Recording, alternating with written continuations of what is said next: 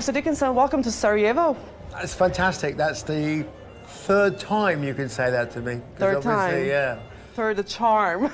Yeah, well, the first time was in 1994 when we got off the back of the truck, and then all these military guys said, "Welcome to Sarajevo." We went, "Oh, okay." All right, where are we? No electricity, yeah, heavy shelling, and active war. And now, thank God, you know, we came in on this new road. I'm like, wow, look at all these roads. You know, the last time I came in, we drove over a 7,000-foot mountain, people shooting at us in the back of a truck. You know, it's crazy. It's a totally different time now, right? Yeah, it is. It is. And does it feel for you like it's different in a way that, oh my God, it's happening. Something's happening here. Well, yeah. I mean, you can feel it, the vibe in the city. I mean, but there was always that sense that Sarajevo is a kind of special place. It really is. And so when you come back, I mean, this is the third time I've been back. Right. 94, pre-pandemic, and today. And it's important, you are having a concert. It's 29 years after the first concert. I'm so glad you reminded me how old I am. No, I'm not. But it is 3 decades. I mean, come on. I know 39. Next year is the 30th anniversary.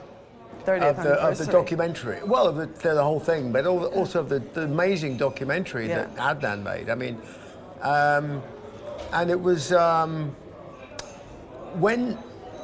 I mean, it's a really weird story. You see, I didn't know anybody was making a documentary, Scream for Me Sarajevo, about what happened. Mm-hmm. And I was in my local pub in London, West London, and this girl comes up to me with a laptop, and I'm like, oh my God, what's this? You know, blackmail corner. You know, have I made a sex tape I don't know about? You know, and you're already thinking about the cash. No, you have to pay. So, and she said, I don't know if you've seen this. I went, oh, what's this? And it was the raw footage of the interviews that were done, black and white, with kids. Well, they weren't kids, they were adults now, who were kids at the show. So 20 years later, they said, they were explaining how the concert changed their lives. And you couldn't believe it? I couldn't believe it. I was in tears. I mean, I was just like, oh my God. I said, what is this? I said, whatever I can do to help. So get this. Oh, God. You know, life of a rock star, working with an orchestra. So I'm up at 5 this morning. We get to the rehearsals, and I rehearsed for 3 hours with the orchestra this morning. Right? Yeah, this morning in Zagreb, and then jumped in the car and drove here. So the sound engineer at the rehearsals, I'm saying, oh, we're off to Sarajevo. He said, and I said, wow, the last time I did a show there was in '94, and he went, yeah, I was there. I went, you'd have been that big? He went, yeah. He said, I was there. We got the day off school, and nobody believed it was going to happen. And the reason I'm a sound engineer is because I saw that show. Oh, come on. Yeah. What are the chances? What are the chances? Yeah. For that? Yeah. Are you nervous to perform? And you're a huge professional. Okay, we understand that. We have established that. But are you any nervous to be performing here, because that connection, you and Sarajevo, is so strong, and the people who saw you in '94 are going to see you here in Sarajevo again. I'm not nervous about that. What are you nervous about? I'm nervous about opening my mouth and something awful falling out. Right, I'm not nervous about that because once it's all happening, then but working with an orchestra, I find at first absolutely nerve-wracking because there's silence. I mean, it's quiet and you can hear everything. And so the first note that comes out of your mouth is like, oh, please, God, just... It's gonna set the tone, make sure it's in tune and it's, you know. So... so it's gonna set the tone of the entire thing, right? And that's the... Yeah, but I can understand that. It's not a show about me. This is my friend Jon Lord, the keyboard player from Deep Purple. John was a friend of mine. we were talking about doing classical shows together years ago, and then he unfortunately fell ill with pancreatic cancer and very sadly passed away. But before he did that, he re-recorded this concerto with the conductor Paul Mann, who is the conductor in all of these shows, and he asked me to re-record the vocals on the album. And then after he passed away, Paul called me out of the blue and said, look, it's the 50th anniversary of the concerto. Do you want to go and do 2 shows in Quebec City? I went, yeah. And he goes, what are we going to do other than the concerto? Because there's only 6 lines of singing in the concerto. He said, well, we're going to do a bunch of Deep Purple songs with the orchestra. I went, well, I love Deep Purple. Yeah, come on. I mean, childhood fantasy, you know. That's how it happened. Hey, let's do it. Let's do it. And then we did that. And we said, we must do this again. And then... I've seen some videos of it from Sofia, Bucharest.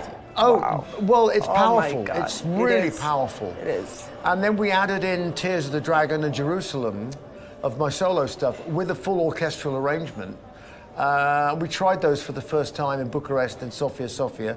So we've done them a whole 3 times to an audience. That's going to hit home here in Sarajevo. Well, Tears of the Dragon, I think, is going to bring the house down, you know. It is. Which is unfortunate, because it's like we've got another 45 minutes after that. After that, how are we going to bring everybody up? No. Trust me. Save it for last. Trust maybe me. that. No. It works. It works great, but it's a very, very emotional, cathartic thing that we're doing here with the orchestra. Not just because it's Sarajevo, but just because it's an homage to a friend of ours, you know, who composed all this stuff, and he's sitting there on a cloud watching, you know, going ha ha ha. You're making me proud. Yeah, we hope so. There's one thing that I always wanted to ask you. I never had a chance. This is the first time I'm speaking to you, and such an honor, really. I was 10 when that concert happened in Bosnia. I was a refugee. I couldn't believe it myself. You nearly came back. No. I came back. No, yeah. I came back 12 years ago and started learning about how much impact that left on people here. Yeah. And I was too taken away, because I said, who would be that crazy to come to Sarajevo to perform under siege on shelling? It's a full active war. And Trevor Gibson, our friend, common Trevor, friend, I love him. I love Trevor. He said, you know, Motorhead didn't want to do it, Metallica didn't want to do it. Bruce Dickinson was the only crazy person that wanted to do that. Yeah. I mean, how crazy do you have to be? I'm not sure whether crazy or stupid, you know, but you know, it's just like, didn't you know there was a war on? Yeah, but I mean, who would shoot me? I mean, but did you know what kind of war? Were you aware? Were you informed well, or was it? We were. Or was it whole? We were semi-informed, and then when we got to Split, and then we realised.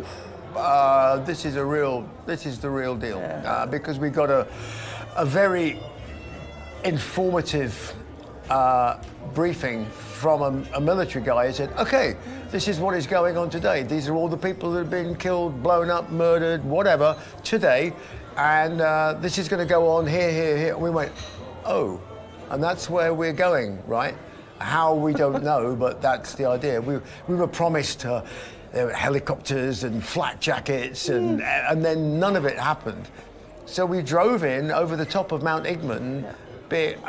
I mean, I didn't know if people were shooting at us or just shooting at things in general, but anyway, we had no protection, no escort, nothing. It was crazy stuff. It was crazy stuff. Yeah. What would you say to this young man today if somebody told him, if you knew now, what you didn't know then, what would you tell him now? I'd do it all again and say it was worth it.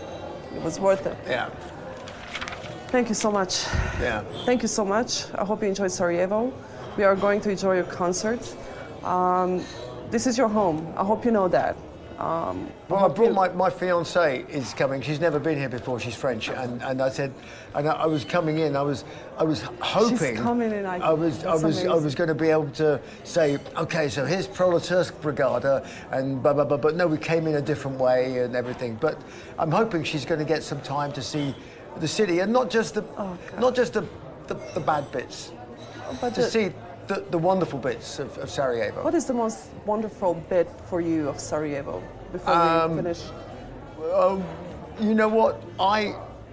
I like wandering around drinking coffee. Coffee culture. What can you say? You're in the middle of this lovely. It's a great city to walk around, and there's so much crazy stuff that happened here. History. Unfortunately, the First World War started here, but even that was just like a bad dream. It's like an accident. Well, it was an accident. You know, it was an accident. It was a complete accident. They messed it all up.